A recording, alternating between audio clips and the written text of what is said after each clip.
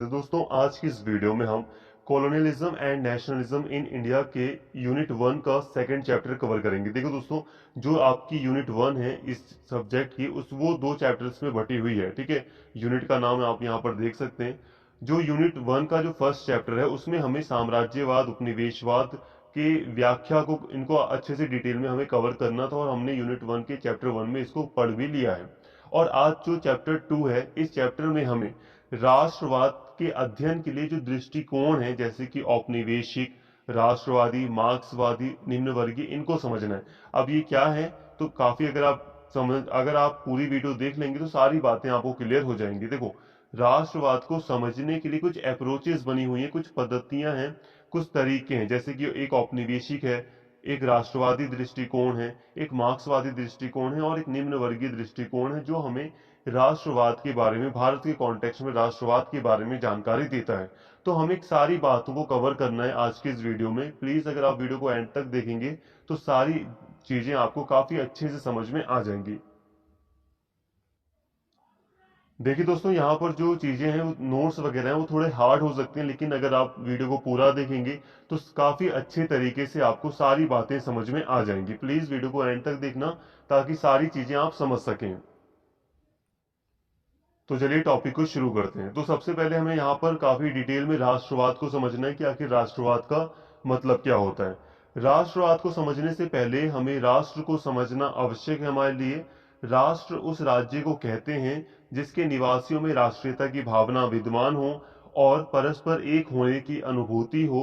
इस प्रकार राष्ट्रवाद एक भावना है, एक आस्था है, जिसके अनुसार संबंधित समुदाय परंपरा, इतिहास, स्थान, जाति, भाषा, धर्म व संस्कृति के आधार पर एक मानते हैं। देखो दोस्तों, अब राष्ट्रवाद के अगर हम सिंपल मतलब को समझे तो राष्ट्रवाद का मतलब होता है देशभक्ति। ठीक है, जब आप अपनी देश के लिए भक्ति की भावना रखते हो, मतलब देश के प्रति बहुत ज्यादा प्यार की भावना, पूरी तरह आप देश के प्रति समर्पण की भावना जब आप रखते हो, तो उसे राष्ट्रवाद कहते हैं। जब आप अपनी देश की रक्षा के लिए मरने मिटने को तैयार हो जाते हो, तो वो होती है राष्ट्रवाद की भावना। ठीक है, सिंपल शब्दों में कहा जाए तो देशभक्ति की भावना को हम राष्ट्रवाद की भावना कह सकते हैं। तो यहाँ आपको समझ में आ गया होगा राष्ट्रवाद का क्या मतलब है। बट फिर भी जो ये फॉर्मेलिटी है, मतलब ये जो नोट्स हैं, ये जो आपकी बुक के अकॉर्डिंग आपको जो पढ़ना है, अब हम इनके थ्रू यहाँ पर समझने का प्रयास करेंगे। तो यहाँ पे कहा जा रहा है कि राष्ट्रवाद को समझने से पहले हमें राष्ट्र को समझना पड़ेगा। अब ये राष्ट्र क्या होता है? राष्ट्र का मतलब होता है कोई ऐसा क्षेत्र, मान लो ये एक क्षेत्र है। जैसे कि दोस्तों, मान लो कि ये एक छोटा सा क्षेत्र है। अब यहाँ पर कोई समुदाय रहता है जिसमें कई सारी चीजें कॉमन हैं, जैसे कि भाषा समान है, धर्म समान है, संस्कृति समान है, जाति समान है, स्थान या जो जगह है वो समान है, सेम है, और इतिहास एक जैसा रहा है इस क्षेत्र का। मतलब सभी लोग जो रहते हैं वो एक ही जैसा इतिहास जानते हैं, और समुदाय की जो परंपरा वगैरह रही है वो एक जैसी रही है। अब यहाँ पर आप क्या देखते हो, ये जो छोटा सा क्षेत्र था, अब इसमें इतनी सारी चीजें मतलब समान है या सेम है। तो ये जो समुदाय है वो एकजुट है पूरा। ठीक है, इस समुदाय के अंतर्गत अंतर क्या भावना होगी? एक राष्ट्रवाद की भावना पैदा होगी। कैसी भावना होती है ये भावना होती है कि अपनी संस्कृति से, अपने स्थान से, अपनी जाति से, अपनी जो भी पहनावा है, जो भी तरीका है रहने रहने का, जो भी संस्कृति है उससे, अपने इतिहास से प्यार और उसकी रक्षा के लिए राष्ट्रवाद की भावना। समझिए, एक राष्ट्र होता है एक ऐसा एरिया, एक ऐसा समुदाय जिसके अंतर्गत कई सारी चीजें सेम होती हैं, जैसे कि एक ही भाषा बोली जाए, धर्म संस्कृति जब मिलती जुलती होती है, बिल्कुल समान होती है, इतिहास सेम होता है, तो इससे एक राष्ट्र बनता है। ठीक है, और उस राष्ट्र के अंतर्गत पाई जाती है राष्ट्रवादी भावना। राष्ट्रवादी भावना का मतलब क्या है? देशभक्ति की भावना, यानी कि इस क्षेत्र के प्रति ज्यादा सम्मान दिखाना। कोई बात नहीं, अभी धीरे धीरे सारी बातें क्लियर हो जाएंगी, अगर यहाँ भी नहीं समझ में आया तब भी। बट हाँ, राष्ट्र का मतलब आपको यही समझ में आ गया होगा कि ऐसा स्थान जहां पर एक ही भाषा, एक ही धर्म, एक ही संस्कृति या एक ही जाति या एक ही इतिहास से संबंधित लोग रहते हैं, तो उस क्षेत्र को, उस स्थान को हम राष्ट्र कहते हैं। ये समझ में आ गया होगा। आधुनिक काल में आधुनिक काल में जन समुदाय की राष्ट्रीय भावना को राष्ट्र में विकसित होता देखा जा सकता है।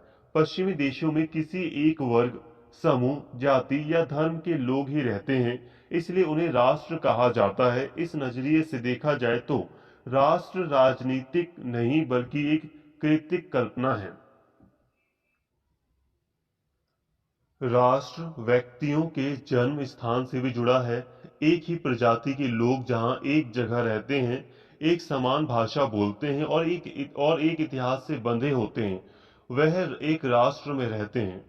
इस प्रकार राष्ट्र को राजनीतिक दोनों रूपों से देखा जा सकता है। देखो दोस्तों, यहाँ पर थोड़ा सा मिस्टेक है यहाँ पर, बट कोई नहीं, अभी मैं आपको समझाता हूँ सारी बातें। देखो, यहाँ पे कहा जा रहा है कि अगर हम आधुनिक काल में देखें, आज के टाइम में अगर हम देखें, तो एक राष्ट्र में ही राष्ट्रीय भावना यानी कि राष्ट्रवाद की भावना, एक प्रेम देशभक्ति की भावना पनपती है। ठीक है, ऐसा हमें देखने को मिलता है। अब हम पश्चिमी देशों की बात करें, जैसे कि जो यूरोपीय देश है, इंग्लैंड हो गया, फ्रांस हो गया, अगर हम इनकी बात करें, जर्मनी हो गया, तो यहाँ पर एक ही वर्ग, एक ही समूह, एक ही जाति और एक ही धर्म के लोग रहते हैं। तो इसलिए इनको हम राष्ट्र कहते हैं और इनको राष्ट्र कहा जाता है।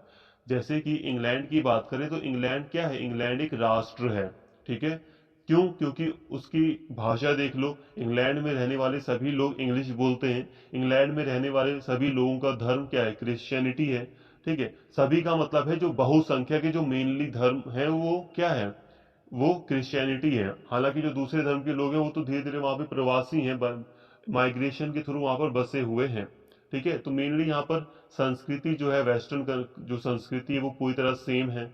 तो यहाँ पर एक ही संस्कृति, एक ही धर्म, एक ही जाति और एक ही वर्ग से संबंधित लोग इंग्लैंड में पाए जाते हैं। इसलिए हम इंग्लैंड को या कोई दूसरा पश्चिमी देश है, यूरोपीय देश है, उसको राष्ट्र कहते हैं। क्या कहते हैं? राष्ट्र, नेशन हम उसे कहते हैं। ठीक है, यहां तक आपको बातें समझ में आई होंगी। इसके अलावा जो राष्ट्र होता है, व्यक्तियों के जन्म के स्थान से भी जुड़ा हो सकता है। एक ही प्रजाति के, मतलब राष्ट्र में एक ही जाति, एक ही प्रजाति के, एक ही नस्ल के लोग रहते हैं और एक समान भाषा बोलते हैं, एक इतिहास से बंधे होते हैं, एक ही इतिहास होता है उनका।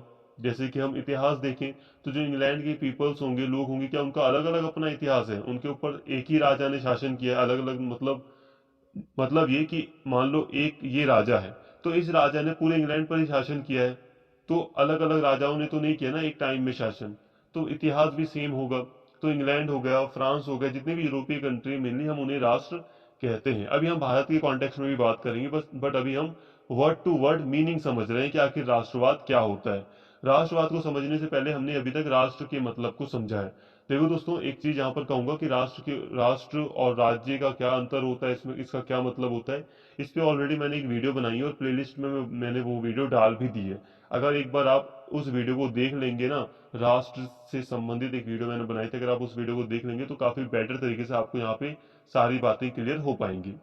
बट कोई नहीं, ये वाली वीडियो अगर आप देख लेते हैं तो इसके बाद एक बार आप देख लेना वो वाली वीडियो, तो आपको और अच्छे से समझ में आएगा।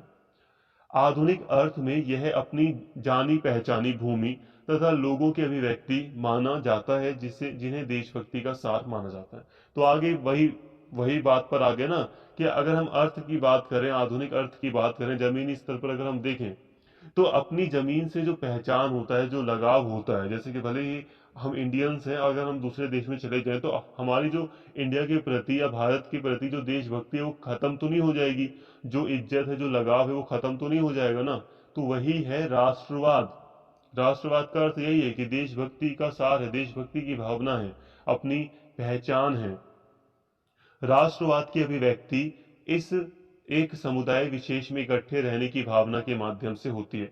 राष्ट्रवाद में ये भी है कि हम एकजुट हैं, इकट्ठे रहने की भावना होती है कि राष्ट्रवाद के अंतर्गत हम एक दूसरे का सम्मान करते हैं, एकजुट होकर रहते हैं।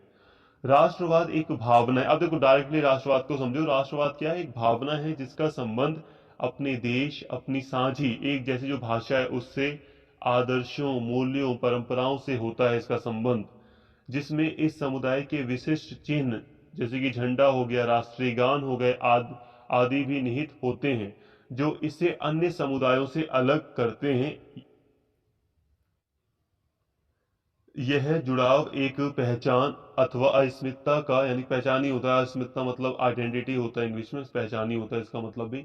और इस पहचान या अस्मिता का एक अपना अतीत होता है, जिसके आधार पर लोगों को इकट्ठा किया जा सकता है। देखो दोस्तों, कहने का मतलब है, राष्ट्रवाद एक ऐसी भावना है जो कि एक देश से संबंधित होती है। देश में जैसे कि साझी भाषा है, मतलब मिली जुली भाषा है, एक समान मूल्य है, एक समान इतिहास है, और एक समान हमारा राष्ट्रीय कुछ प्रतीक होते हैं एक राष्ट्रवाद के, जैसे कि एक जैसा राष्ट्रगान होना पूरे देश में, एक जैसा झंडा फॉलो किया जाना, फ्लैग का होना, ये चिन्ह के तौर पर इन्हें हम देखते हैं।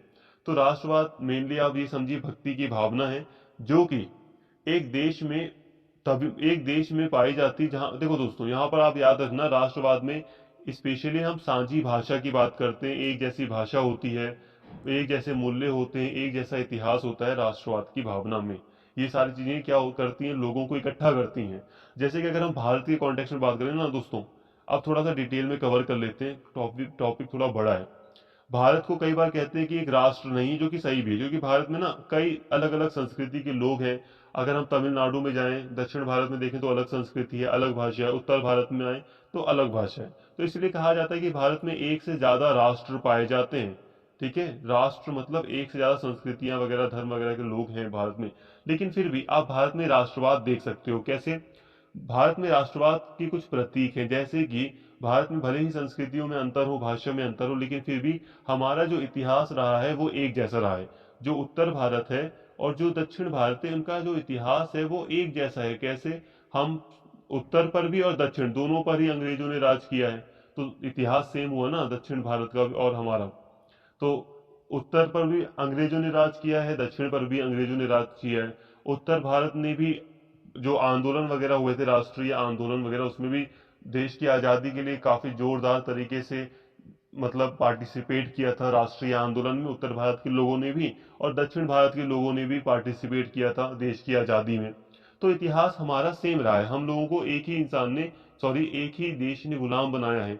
इसके अलावा और भी तरीके हैं मतलब समानता लाने के, जैसे कि अब हम देखते हैं कुछ प्रतीक हैं हमारे राष्ट्रवाद के, जैसे कि एक जैसा झंडा। भले ही भारत में अलग अलग संस्कृति है, अलग अलग भाषा है, अलग अलग धर्म है। देखो, एक चीज ऐसी होती है कि शहर में हमें अलग अलग चीजें देखने को मिलती हैं, अलग अलग धर्म, अलग अलग भाषा, ये तो कॉमन है। लेकिन भारत में कई इलाके ऐसे हैं जो एकजुट रूप से अलग अलग धर्म के हैं। जैसे कि तमिलनाडु में अगर हम देखें, एक जैसी पूरी संस्कृति मिलेगी हमें तमिलनाडु में, और उसकी संस्कृति अगर हम उत्तर प्रदेश या पंजाब से कनेक्ट करेंगे तो वो अलग होगी पूरी तरह। तो अंतर है, लेकिन फिर भी यहाँ पे कुछ भारत में राष्ट्रवाद के प्रतीक हैं, जैसे कि एक समान झंडे का प्रयोग होना, देश के लिए एक ही झंडा है। पहले जम्मू कश्मीर के लिए अलग था, लेकिन अब जम्मू कश्मीर के लिए भी एक ही झंडा है, भारत का जो झंडा है वही। राष्ट्रगान हमारा सेम है, राष्ट्रीय गीत सेम है, हमारे अलग अलग जो सैंबल्स हैं वो एक जैसे पूरे देश के लिए एक हैं। तो ये चीज दर्शाती है कि भारत में भी राष्ट्रवाद की भावना है तो है ही। अगर किसी भी देश में राष्ट्रवाद की भावना नहीं रहेगी तो वो देश सुरक्षित कैसे रहेगा? तो दोस्तों देखो, यहाँ तक हमने राष्ट्रवाद को समझा है। राष्ट्रवाद की भावना का मतलब यही होता है, अपने देश के प्रति भक्ति रखना, अपने देश के प्रति प्यार रखना। ठीक है, ये होती है राष्ट्रवाद की भावना, जिसमें आपने राष्ट्र के अर्थ को थोड़ा सा समझा, और फिर आपने समझा कि एक राष्ट्र में ही राष्ट्रवाद की भावना पाई जाती है। कंफ्यूजन बिल्कुल नहीं है, जितनी चीजें आपको समझ में आई नहीं आई उससे मैटर नहीं करती। यहाँ पे मैंने आपको जो बातें समझाई, आप बस उन पर फोकस कीजिए कि राष्ट्रवाद का सिंपल सिंपल अर्थ आपको समझ में आ गया। अगर आप बहुत गहराई में जाएंगे, आप कहेंगे कि मुझे समझ नहीं आ रहा क्या है क्या है, तो हो सकता है आप कंफ्यूज हो जाएं और आप आगे की चीजें छोड़ दें। इसीलिए कह रहा हूँ, यहाँ तक जितना समझ में आया उसको होल्ड पर करो। अब हम आगे बढ़ते हैं। एक्चुअली ये सब्जेक्ट, ये टॉपिक आपके लिए हार्ड इसलिए क्योंकि हायर सेमेस्टर का है और आपको ये सब्जेक्ट दिया गया है। तो फिर भी आपको जितना समझ में आ रहा है अभी आप उतना समझिए। आगे हम कंक्लूड करेंगे तो काफी बेटर तरीके से आपको सारी चीजें रिमाइंड होंगी। अब देखो दोस्तों, जो सिलेबस है उसके अकॉर्डिंग ही हम बात कर रहे हैं सारी, तो हमें सिलेबस के अकॉर्डिंग बात करनी है। ये जो राष्ट्रवाद है, इसके मुख्यतः तीन लेखक हैं जिन्होंने इसको विस्तार से समझाने की बात की है। राष्ट्रवाद को समझाने के लिए, जो नेशनलिज्म है उसको समझाने के लिए तीन लेखक हैं, जैसे कि एंडरसन है, और ई ग्लेनर है, और ए डी स्मिथ है। तो ये तीन लेखक मुख्य रूप से सैद्धांतिक दृष्टिकोण रखते हैं राष्ट्रवाद को लेकर। मतलब इन्होंने राष्ट्रवाद को अपने अपने शब्दों में, अपने अपने सिद्धांतों के अनुसार समझाने की कोशिश की है, और अब हम इसी को समझेंगे। तो सबसे पहले बात करते हैं एंडरसन की। कि एंडरसन के अकॉर्डिंग राष्ट्रवाद की भावना क्या है। तो अगर हम बात करें एंडरसन की, तो अपनी पुस्तक इमेजिन कम्युनिटीज में एंडरसन लिखता है कि राष्ट्र तथा राष्ट्रवाद आधुनिक विश्व की उपज है। मतलब ये कि पहले बहुत पहले ऐसी भावना नहीं थी। राष्ट्र और राष्ट्रवाद जैसी बहुत, अगर हम पहले जाते हैं, आधुनिक समय से पहले की बात करें, तो इतनी ज्यादा प्रबल ये भावना नहीं थी। देखो दोस्तों, पहले भी लोग अपने देश से, अपनी कंट्री से, अपने कबीले से प्यार करते थे, अपनी जमीन से प्यार करते थे, ऐसा नहीं करते थे प्यार। लेकिन फिर भी आज जितनी भावना प्रबल है उतनी कम है, उतनी प्रबल नहीं थी। ये ऐसा मानना है एंडरसन का। किसी राष्ट्र के लोग, हो सकता है कि वे एक दूसरे को ना जानते हों या कभी आपस में मिले भी ना हों, परंतु किसी भी प्रत्येक व्यक्ति को विश्वास होता है कि दूसरों के अनुभव भी समान हैं। अर्थात वे सभी एक जैसे टीवी कार्यक्रम देखते हैं, एक ही जैसा अखबार पढ़ते हैं, उनकी संस्कृति साझी है, वे समान राष्ट्रीय उत्सवों में हिस्सा लेते हैं आदि। इस प्रकार एक राष्ट्र के लोग स्वयं की एक साझे समुदाय के रूप में कल्पना करते हैं। अब देखो, सिंपल शब्दों में समझो। जो एंडरसन है वो कहते हैं कि हो सकता है कि जो लोग हैं वो एक दूसरे को नहीं जानते, किसी कम्युनिटी है कोई, अब उसके लोग एक दूसरे को आपस में इतने अच्छे से नहीं जानते, लेकिन फिर भी उनको ये अनुभव है कि ये व्यक्ति जो है वो मेरे जैसा ही है। मेरे जैसे का मतलब, ये मेरे जैसा ही व्यवहार करता है, मेरी जैसी ही भाषा बोलता है, मेरे जैसा ही इसका कल्चर है, संस्कृति है, धर्म इसका समान है। तो यही होती है एक राष्ट्र भावना। जो राष्ट्रीय उत्सव होते हैं उसमें सभी व्यक्ति पार्टिसिपेट करते हैं, उसका मतलब उसको सेलिब्रेट करते हैं, तो ये होती है राष्ट्रवादी भावना। ये होता है एक राष्ट्र। इस प्रकार के समुदाय यूरोप में 18वीं शताब्दी के बाद उभरने आरंभ हो गए थे। एंडरसन के अनुसार राष्ट्रों के विकास में पूंजीवाद के उदय तथा आम लोगों की राजनीति में साझेदारी की महत्वपूर्ण भूमिका रही है। इसके अतिरिक्त प्रिंटिंग प्रेस का आविष्कार भी काफी महत्वपूर्ण था, क्योंकि इसने व्यापक स्तर पर पढ़ने वाला जन समूह पैदा किया, जो एक राष्ट्र की कल्पना किए जाने के लिए निर्णायक था। इसी तरह सार्वजनिक स्तर पर धर्म का ह्रास भी काफी महत्वपूर्ण था। देखो दोस्तों, यहाँ पे कहा जा रहा है कि ये जो भावना है, राष्ट्रवाद की भावना, पहले यूरोप में पनपी। देखो, जाहिर सी बात है, वैसे राष्ट्रवाद की भावना यूरोप में पनपी ऐसा माना जाता है। देशभक्ति की जो पहली भावना है वो यूरोप में, ऐसा माना जाता है कि वहां पे पनपी। और इसका जो श्रेय है, एंडरसन वो पूंजीवाद के विकास को देता है, कि पूंजीवाद की विचारधारा काफी प्रबल हो जाती है, और फिर जो राजनीति वगैरह होती है, या जो कई सारे आविष्कार होते हैं, जैसे कि प्रिंटिंग का आविष्कार हो जाता है, जिससे लोग पढ़ना लिखना ज्यादा तेजी से शुरू करते हैं, लोगों तक कई सारे रिसोर्स पहुंचने लगते हैं, तो इससे राष्ट्रवाद की भावना काफी बड़ी हो जाती है। तो ये एक व्यक्ति अब एक राष्ट्रवाद की भावना के तहत जुड़ जाते हैं। यहाँ पर एक लाइन कही गई है कि सार्वजनिक स्तर पर धर्म का ह्रास। देखो, यही जो आधुनिक काल में हम देखते हैं कि धर्म का थोड़ा सा ह्रास होता है। ह्रास का मतलब समझ रहे हैं कि राष्ट्रवाद की भावना के तहत जो देश होता है वो ज्यादा महत्व रखना शुरू कर देता है। धर्म से ज्यादा इंपॉर्टेंस देश की हो जाती है। मतलब धर्म तो इंपॉर्टेंट होता है, लेकिन देश की लिए जो प्यार होता है, जो भावना होती है, वो ज्यादा प्रबल होती है। एंडरसन का मानना है कि धर्म और राष्ट्रवाद में महत्वपूर्ण समानताएं हैं, अर्थात दोनों में मृत्यु तथा अमरता की कड़ी है। अर्थात लोग अपने देश के लिए मरने मारने के लिए सदा वैसे ही तैयार रहते हैं जैसे धर्म के लिए। तो दोस्तों, जो एंडरसन है वो कहते हैं कि धर्म और राष्ट्रवाद में समानता है। कैसे? कि जैसे कि लोग धर्म के लिए लड़ जाते हैं, वैसे ही लोग अपने देश के लिए भी लड़ जाते हैं। लोग देश के लिए भी मरने के लिए, अमरता के लिए तैयार रहते हैं, साथ में जैसे धर्म के लिए वो तैयार रहते हैं वैसे ही। तो यहाँ इन्होंने राष्ट्रवाद को धर्म से भी तुलना की है। तो यहाँ देखो दोस्तों, हम एक एक विचारक को कवर कर रहे हैं। आप एक कंक्लूजन के जरिए आप इसको समझिए। तो एंडरसन क्या कहते हैं? कि एंडरसन कहते हैं कि जो लोगों की संस्कृति है, जो लोगों का मतलब रहन सहन है, वो उनको एकजुट करता है, और इसी से एक सांस्कृतिक एकता वगैरह के कारण एक राष्ट्रीय भावना पैदा होती है। और इसमें यहाँ पर ये बात करते हैं कि जो प्रिंटिंग मशीन वगैरह थी उसने भी एक अहम भूमिका निभाई थी राष्ट्रवाद के उदय में। और ये बात करते हैं कि जो ये राष्ट्रवादी विचारधारा है ये लगभग 18वीं शताब्दी के बाद उभरना शुरू होती है यूरोप में। हालांकि इसके टाइम पीरियड को लेकर काफी लोग अलग अलग विचार रखते हैं।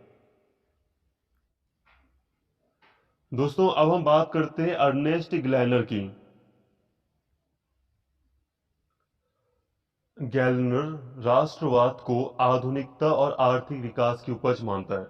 जैसे कि उन्होंने भी अभी हमने बात की थी एंडरसन की, तो एंडरसन क्या कहते हैं कि जो राष्ट्र और राष्ट्रवाद की जो ये जो उपज है वो आधुनिक विश्व की जो ये मॉडर्न वर्ल्ड शुरू हो रहा है तो उसकी उपज है राष्ट्र और राष्ट्रवाद। तो उसी तरह यहाँ पर जो अर्नेस्ट गैलनर है वो कहते हैं कि आधुनिकता और आर्थिक विकास की उपज राष्ट्रवाद है। तो ये लगभग ये भी वही बात कर रहे हैं। देखो दोस्तों यहाँ पर कुछ चीजें आपको याद करनी पड़ेंगी। अब ये चाहे आपको ज्यादा समझ में आए ना आए, यहाँ पे ये चीज आपको याद रखनी है कि जो गैलनर है उसने कहा कि राष्ट्रवाद आधुनिकता और आर्थिक विकास की उपज है या उसकी देन है। एक बार स्थापित होने के बाद राज्य राष्ट्रीय संस्कृति के प्रचार एवं प्रसार के माध्यम से राष्ट्र को समरूप बनाने का प्रयत्न करता है। जैसे राष्ट्रीय छुट्टियां, सार्वजनिक राष्ट्रीय उत्सव, साझी विरासतें, स्मारक, शिक्षा आदि। राष्ट्रवाद सामूहिक संगठन के एक शक्तिशाली स्वरूप का निर्माण कर सकता है, जैसे जन लामबंदी, सामाजिक अंतर्वेशन, आत्मनिर्णय का आश्वासन आदि। देखो दोस्तों यहाँ पर कहा जा रहा है कि जब एक बार राष्ट्र स्थापित हो जाता है किसी भी देश में, किसी भी राज्य में, एक बार जब वो राष्ट्र बन जाता है मतलब काफी ज्यादा समानताएं आ जाती हैं और एक वो राष्ट्र बन जाता है। राष्ट्र मैंने समझा दिया, जहाँ की संस्कृति, जहाँ की भाषा, जहाँ पर लोगों में ज्यादा समानता हो। तो जब एक राष्ट्र होता है तो वहां पर राष्ट्रवाद की भावना को, या राष्ट्र अगर राष्ट्र में थोड़ा असमानता है, अगर राष्ट्र में थोड़ी असमानता भी है तो उसको दूर करने के लिए राष्ट्र को समरूप बनाया जाता है, मतलब समान बनाने की कोशिश की जाती है। इसके लिए क्या होता है, राष्ट्रीय स्तर पर छुट्टियां देना इसी का एक लक्ष्य समझ सकते हो। राष्ट्र को समरूप बनाने के लिए कई बार हम देखते हैं कि राष्ट्रीय छुट्टियां दी जाती हैं। देखो अब इंडिया में भी अगर हम देखें तो नेशनल हॉलीडे क्या दिखा रहा है, पूरे भारत को दिखा रहा है कि पूरे भारत में छुट्टी है या हॉलीडे है। तो नेशनल हॉलीडेज वगैरह ये शो करते हैं कि पूरा जो राष्ट्र है वो एक है। इससे क्या होगी, एकता बढ़ेगी। और एक जो राष्ट्रवाद की भावना है वो एकता से तो संबंधित है, देशभक्ति से तो संबंधित है। तो राष्ट्रीय छुट्टियां हो गई या सार्वजनिक राष्ट्रीय कोई सेलिब्रेशन हो गया, कोई विरासत है, कोई स्मारक है जिसको एक पूरे राष्ट्र के तौर पर देखा जाता है। जैसे कि अब जो स्मारक हैं, कई सारी स्मारकें हैं, कई सारे स्थल हैं जिनको पूरे राष्ट्र में सम्मान दिया जाता है। गैलनर के अनुसार राष्ट्र राज्य अपनी सीमाओं का अपनी संस्कृति की सीमाओं तक विस्तार करते हैं तथा अपनी संस्कृति को, अपनी शक्ति को सीमाओं के अंदर ही आरोपित करते हैं। 1861 में इटली राष्ट्र राज्य के निर्माण के बाद एक लेखक ने टिप्पणी की थी कि हमने इटली का निर्माण कर दिया लिया है, अब हमें इटालियंस का निर्माण करना है। मतलब यही है कि जो राष्ट्र है, राष्ट्र बन जाता है। जैसे कि यहाँ इटली है तो इटली बन गया, एक राष्ट्र के रूप में वो बन गया, लेकिन अब हमें इटालियंस बनाना है। ऐसा क्यों कह रहा है एक लेखक, मतलब कि अब वो अपनी अपना जो राष्ट्र है उसमें संस्कृति हो गई, जो भी चीजें हैं राष्ट्र से संबंधित, उसको मजबूत करके राष्ट्रवाद की भावना को पैदा करना। जैसे कि हम क्या है, इंडियंस, तो ये हमारी राष्ट्रवादी भावना है। देखिए दोस्तों अब यहाँ पे थोड़ा शॉर्ट में समझते हैं कि अर्नेस्ट गैलनर ने क्या क्या बातें कही हैं राष्ट्रवाद को लेकर। तो राष्ट्रवाद को इन्होंने कहा आधुनिक और आर्थिक विकास की उपज है राष्ट्रवाद। इसके अलावा ये कहते हैं कि जब एक बार राष्ट्र या राष्ट्र बन जाता है, राष्ट्र राज्य का स्थापना हो जाती है, तब क्या होता है, संस्कृति वगैरह के माध्यम से राष्ट्र को एक समरूप, राष्ट्र को एक जैसा बनाने की कोशिश की जाती है। जैसे कि राष्ट्रीय छुट्टियां दे देना, पूरे नेशनल हॉलीडेज वगैरह किए जाते हैं, नेशनल सेलिब्रेशन होती है कि कोई त्योहार वगैरह सेलिब्रेट करना पूरे देश में, पूरे राष्ट्र में। तो ऐसा करके राष्ट्र को एक बनाया जाता है, समरूप बनाया जाता है। तो ये सारी बातें अर्नेस्ट गैलनर हमें बताते हैं। अर्नेस्ट गैलनर कहते हैं कि जब एक राष्ट्र राज्य बन जाता है तो वो अपनी संस्कृति को पूरे राष्ट्र में फैलाने की कोशिश करता है। जैसे कि मान लो एक राष्ट्र है जहां पर आधे से ज्यादा संस्कृति समान है, तो जो राष्ट्र होता है उसका प्रयास ये होता है कि पूरे राष्ट्र के अंदर, पूरे राज्य के अंदर एक जैसी संस्कृति हो, ताकि राष्ट्रवाद की भावना प्रबल हो सके। तो यहाँ हमने इनके विचारों को समझा। देखो दोस्तों, थोड़ा हार्ड है बट कोई नहीं, जो भी चीजें हैं वो ऐसी ही हैं। एक्चुअली मैंने पहले ही कह दिया, ये जो सब्जेक्ट हैं वो हाई लेवल के सेमेस्टर के स्टूडेंट्स के लिए पहले बने थे, लेकिन अब ये आपको दिए गए हैं तो आपको इसे समझना है। तो थोड़ा डिफिकल्ट होगा, ये तो ऑटोमेटिक है कि थोड़ा डिफिकल्ट होगा समझना, बट कोई नहीं, जितना बातें आपको समझ में आ रही है अभी आप समझें, धीरे धीरे सारी चीजें आपको समझ में आ जाएंगी। एक्चुअली अभी आपको राष्ट्र का मतलब ही सही से नहीं पता होगा, और ये जितनी भी चीजें हैं इनके ऊपर मैंने प्लेलिस्ट में भी एक वीडियो डाली है, राष्ट्र राज्य क्या है, या सिर्फ राज्य क्या होता है या राष्ट्र क्या होता है, अलग अलग भी होते हैं ये। और इन दोनों को जब हमने साथ में बोल दिया राष्ट्र राज्य, तो इसका क्या मतलब होता है, आप उस वीडियो को भी देख लोगे प्लेलिस्ट से तो काफी बेटर तरीके से आपको समझ में आएगा। बट कोई नहीं, अब हम आगे बढ़ रहे हैं। एडी स्मिथ, तो अब हम एडी स्मिथ के अकॉर्डिंग समझते हैं कि राष्ट्रवाद क्या है। एडरसन तथा गैलनर के विपरीत, इनके अपोजिट में एडी स्मिथ ने राष्ट्रवाद के प्रजातीय स्रोत पर अधिक बल दिया है। स्मिथ के अनुसार राष्ट्रवाद के स्रोत प्राक आधुनिक प्रजातीय समुदायों में ढूंढे जा सकते हैं। राष्ट्रवाद की सफलता अपने प्रजातीय अतीत को ढूंढने में है, जो पुराने रीति रिवाजों, स्मृतियों और मिथ्याओं में होती है। देखिए दोस्तों, यहाँ पर ये प्रजाति की बात करते हैं। प्रजाति का मतलब है कि आप एक ही नस्ल के व्यक्ति हो, आप एक ही जगह, एक ही स्थान के व्यक्ति हो। तो ये इस एडी स्मिथ कहते हैं कि जो राष्ट्रवाद की भावना है वो प्रजातीयवाद पर ज्यादा बल देती है, या वो प्रजातीयवाद से ज्यादा प्रभावित होती है। जब एक ही जैसी जाति हो, एक ही नस्ल के लोग होते हैं, तो उनमें ज्यादा एकता आती है, ज्यादा एकता होती है, और उनके अंदर राष्ट्रवाद की भावना पैदा होती है, ये इनका मानना है। ये कहते हैं कि जो राष्ट्रवाद है ना, उसकी सफलता किसके ऊपर टिकी है, वो टिकी है कि आपके प्रजातीय अतीत के ऊपर, जो पुराने आपके रीति रिवाज हैं, जो यादें हैं, जो कहानियां हैं, मिथ्या मतलब यहाँ पर कहानियों से है, ठीक है। तो आप जो किसी कोई भी राष्ट्र होता है तो उसमें राष्ट्रवाद की सफलता या उसमें राष्ट्रवाद की भावना तभी आगे बढ़ती है जब वो एक जैसा अतीत देखते हैं अपना, जब वो देखते हैं कि इतिहास में हम सबके साथ एक जैसा व्यवहार हुआ है, इतिहास में हम सब शुरू से एक ही जगह पर रह रहे हैं, इतिहास हिस्ट्री के अकॉर्डिंग हम सब भाईचारा रखते हैं, या हम एक ही स्थान पर लंबे समय से रह रहे हैं, तो सबके अंदर एक राष्ट्रवाद की भावना पैदा होती है। जैसे कि अब कई सारी कहानियां भारत में हम देखते हैं, भारतीय कॉन्टेक्स्ट में हम बात करें तो रामायण है, महाभारत की कहानियां हैं जो लोगों को जोड़ती हैं। और इसी तरह जितने भी राष्ट्र हैं वहां पर पुराने रीति रिवाज जो भी चले आ रहे हैं, जो भी कहानियां हैं, स्मृतियां हैं, यादें हैं, जो अतीत है उनका, ये सारी चीजें राष्ट्रवाद को सफल बनाने में अहम भूमिका निभाती हैं।